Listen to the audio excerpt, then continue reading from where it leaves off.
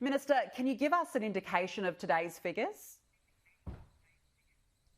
Good morning, Danica. I can give you an indication of the official figures that we announced yesterday, which were 4 cases of obviously local acquisition of the virus, 1 internationally, and 2 of those were from the Baralla cluster.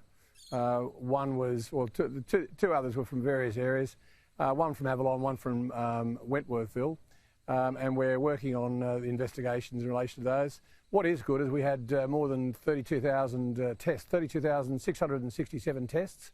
So people are coming out and responding to the government's request. We really do need people to come forward and get tested, even if they were tested yesterday and they wake up with a runny nose today or some other cold or flu symptoms, get tested again, because that's the only way. It's the only weapon that each of us actually have to fight this virus. If you get tested, you give the information to our health authorities and they can work through exactly what's going on. I will say this, at 11 o'clock we'll make further announcements, but I think the results this morning will be positive, but that's all I can really say at this point. We have a system and we'll stick to it. Minister, just in regards to that Wentworthville case, the man in his 30s who was infected in yesterday's results, you mentioned that his source is still under investigation. We are continuing to see these unlinked cases pop up in the state. How concerned are you? Unlinked cases are not unusual in the early part because unless it's somebody who's in self-isolation with a known case, and that's often the way, then obviously in the first hours it's usually unlinked until the traces, and we have incredible traces that work through the night now and have been actually for months. And they ask questions. It's like, if you imagine going along to your doctor and your doctor asks you for your history, it's usually very difficult to remember, when the symptoms came on, what happened, where you were. And that's exactly what these traces are doing. So sometimes the traces have to go back, Danica, maybe 3, 4, 5 times. They can spend up to 6 to 8 hours just asking questions over a day or two. So, and eventually our traces usually get to the connections, and that's a fantastic outcome. The SCG test begins, Minister, in a number of hours. There's been a lot of commentary as to whether it should go ahead or not. Yesterday we saw the MCG in Melbourne listed as a potential exposure site. Are you worried that this could happen today?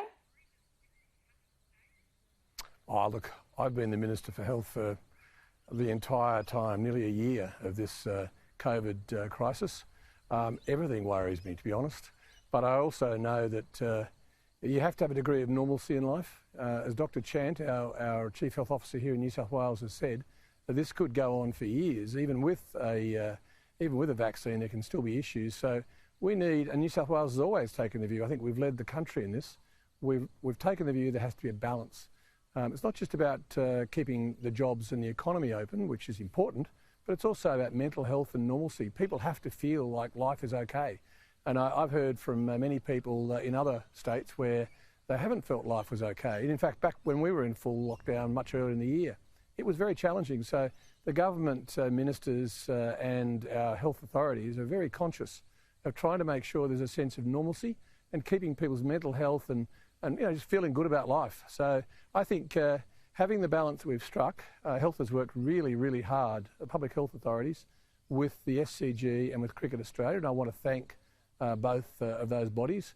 They worked very hard, and of course we were trying to get to the point of not having masks, because generally being out in the open is safer than being inside in confined spaces.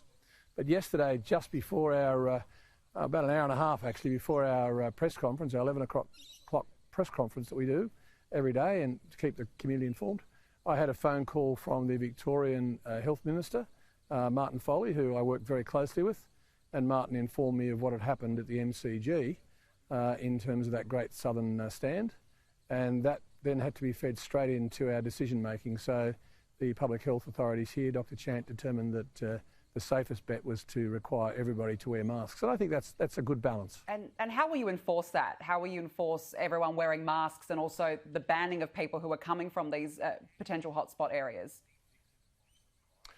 Look, we don't have a health order in place under our legislation in regard to the numbers that are attending, because the numbers were done with negotiation and great understanding from the SCG and Cricket Australia. But we do have health orders in place to enforce the masks. So mask wearing, of course, became compulsory in most indoor circumstances for most people. Obviously not if you have a disability or autism or if you're deaf. You know, there are people who obviously can't wear masks, but most of us can. So that became mandatory a few days ago, and a fine is now available of $200. So if you're not wearing a mask where you should be, then you will be fined $200. There'll be a lot of police there at the SCG to make sure that's enforced. And of course, as to the suburbs, and it really is sad, I think people who love cricket, and I love going to see the cricket, if you love cricket, you want to see Steve Smith doing really well and all the other guys, so I think you've got to say you want to be there. But unfortunately, there are certain suburbs around Baralla, so Potts Hill, Regent Park, a number of them anyway, they're on the health website. Really, you can't come, and if you do, sadly, you run the risk of $1,000 fine. So it's a very clear message, but it's not the enforcement issue. I've got to stress, Danica, that $1,000 is there to back it in, but what we're really asking people to do is just be with us on the journey. Keep your family, keep yourself, keep others, keep the state, keep Australia safe. Just stay away from the SCG, because there will be many thousands of people there, not anywhere near as much as normal, but just stay away, please. Minister, in regards to the Northern Beaches, an emergency meeting was held yesterday to discuss lifting restrictions up in that northern area. What was the outcome of that, and when can residents there expect maybe some reprieve? Dr Chant, again, as I said, our Chief Health Officer, has made very clear that there is a date that she's aiming for based on the cycles of this virus, which is the 9th of January. That's literally, many of my family and friends live just across the Narrabeen Bridge in that area. Obviously, we aren't seeing them because of that, and it's frustrating for everybody, for businesses as well. But she's very clear that the risk factors are too high to lift that restriction before the 9th of January. She'll review the circumstances. I think as you led into this interview, Danica, one of the cases yesterday was actually associated with the Avalon cluster. So it's a live and happening issue still in that northern area of the northern part of the Northern Beaches. And so we need to be really conscious of that. And it was only, I think, 3 or 4 days ago, there was another case in North Narrabeen. So I think it's wise. We've got really good results here in New South Wales by listening to Dr Chant and her team and striking the balance between what the health people think is necessary and the government officials who work with them. So I think at this stage, the 9th of January is as soon as it can be, but I'm not saying it's absolutely that, because obviously, as I said in an interview yesterday, never say never with health, because in the middle of a pandemic, because we do have to take the advice of our Chief Health Officer and her public health team.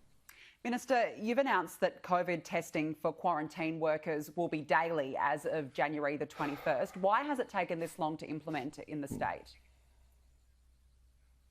Well, Danica, perhaps the general community don't know, but I think a lot of people in the media and obviously in health would know that going back to the beginning of this pandemic, there were not anywhere near enough tests Australia-wide to do everything that we would have liked to have done.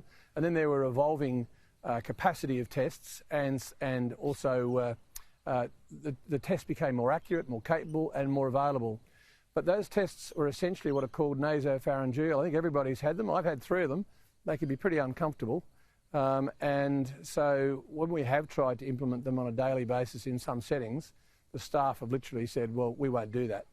And that's a real issue for us, because we need staff to be working. But what has now developed, and we have access to now, are salivary tests. They're very, very simple tests. They don't cause discomfort. It's basically just in the mouth, under the tongue. And so those tests now can be implemented, and that's what we're doing. And I think that will make a big difference as well. It's progression. You know, it's very hard to say why hasn't it been done. Well, because in this 11.5 months, nearly 12 months, there's been a lot of progression and a lot of learnings worldwide. And when we think of the fact that I think in England, as they said yesterday, there's 1 in 50 people now have COVID. Here in Australia, it's 1 in 85,000 people. So I'd say all of Australia has done very, very well, listening to our health teams, our public health teams across the country, and working hopefully sensibly. Health Minister Brad Hazzard, thank you for joining me. Thank you, Danica. Thank you very much.